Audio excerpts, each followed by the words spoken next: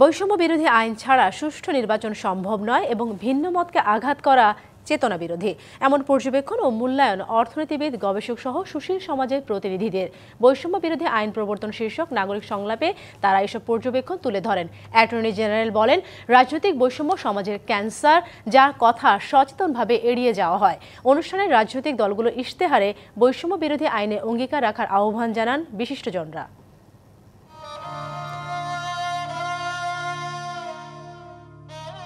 মৌলিক অধিকার যেমন নেই তেমনি নেই আইনি অধিকার। আর এভাবেই বছরের পর বছর বেঁচে থাকার লড়াই করে যাচ্ছেন দলিত, তৃতীয় লিঙ্গ সহ নিম্ন আয়ের প্রান্তিক জনগোষ্ঠী। পরিসংখ্যানের হিসেবে তাদের সংখ্যাটা 18 লাখ হলেও নগরবিদদের মতে এই সংখ্যা আরও অনেক বেশি।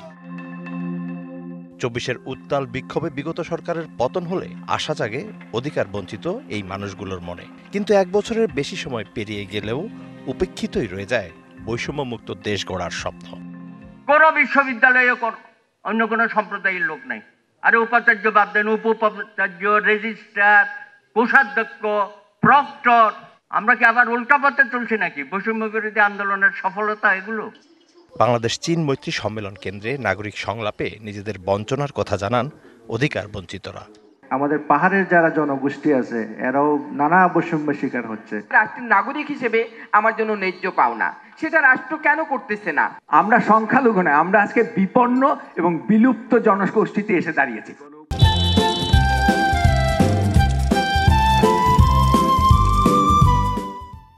একটি কার্যকর বৈষম্য বিরোধী আইন প্রবর্তন কেন প্রয়োজন সেই ব্যাখ্যাও দেন বিশিষ্টজনরা। যদি একটি মানুষ দার্শনিকভাবে আমার থেকে ভিন্ন চিন্তা করে, তাহলে তার সেই মনোভাবকে আমি স্তীমিত করার জন্য তাকে শারীরিকভাবে আঘাত করব, এইটা তো বৈষম্য বিরোধী চেতনার অংশ হতে পারে না।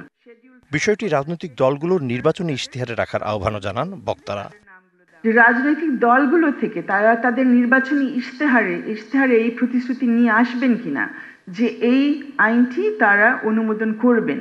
এই অপরচুনিটি আমাদেরকে নিতে হবে। এমন একটা উপায় থাকতে হবে যেখানে multiple grounds of identity, multiple grounds of discrimination সেটা যেন এখানে উল্লেখ করা যায়।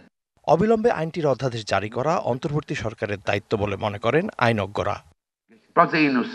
তার সরকার যদি বৈষম্য বিরোধী আইনটা না করে যায়, আমি মনে করি তার কর্মের মধ্যে, তার টোল কার্যক্রমের মধ্যে একটা অসম্পূর্ণ থেকে যাবে। যেটার কথা আপনারা হয় কেউ ভয়ে বলেন না অথবা সচেতনভাবে এড়িয়ে চলেন, সেটা হলো রাজনৈতিক বৈষম্য। আপনারা যারা সিভিল সোসাইটিতে কাজ করেন, আপনারা সমাজের এই দুষ্টু ক্ষতকে, এই ক্যান্সারকে সঠিকভাবে নির্ধারণপূর্বক সঠিক জায়গায় ওষুধ প্রেরণ করেন। আইন পাশে রাজনৈতিক দলগুলোকে বাধ্য করতে আন্দোলন গড়ে তোলার আহ্বানও জানান অ্যাটর্নি জেনারেল। এই বৈষম্যের পদক্ষেপ যারা না নেবেন আমরা তাদেরকে ভোট দেব না, এমন একটি আন্দোলন গড়ে তুলুন। Mizan Ahmed, DBC news, Dhaka.